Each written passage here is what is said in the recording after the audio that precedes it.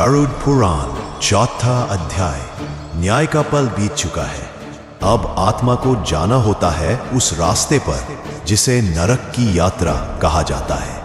ये वो रास्ता है जहां केवल चीखें होती है, पश्चाताप होता है और कर्मों का भयानक फल मिलता है। गरुड़ पुराण में वर्णन है कि यमदूत आत्मा को पकड़ कर ले जाते हैं एक अंधकारमय मार्ग से, जहां न दिन होता है न रात, केवल एक गंध, एक भय और अंतहीन पीड़ा का अनुभव। रास्ते में आत्मा को वो सब दिखाई देता है जो उसने कभी नहीं सोचा था।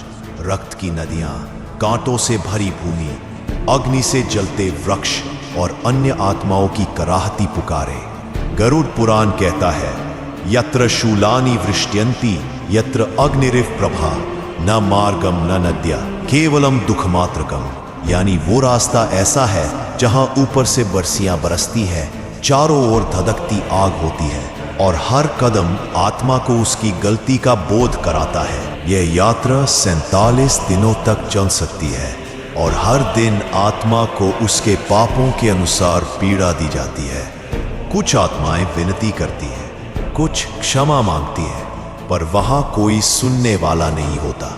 यह वही रास्ता है जहां आत्मा समझती है कि जीवन में किए गए छोटे छोटे कर्म कैसे इतना बड़ा परिणाम ला सकते हैं। और फिर जब यह मार्ग समाप्त होता है, आत्मा पहुंचती है नरक के पहले द्वार पर।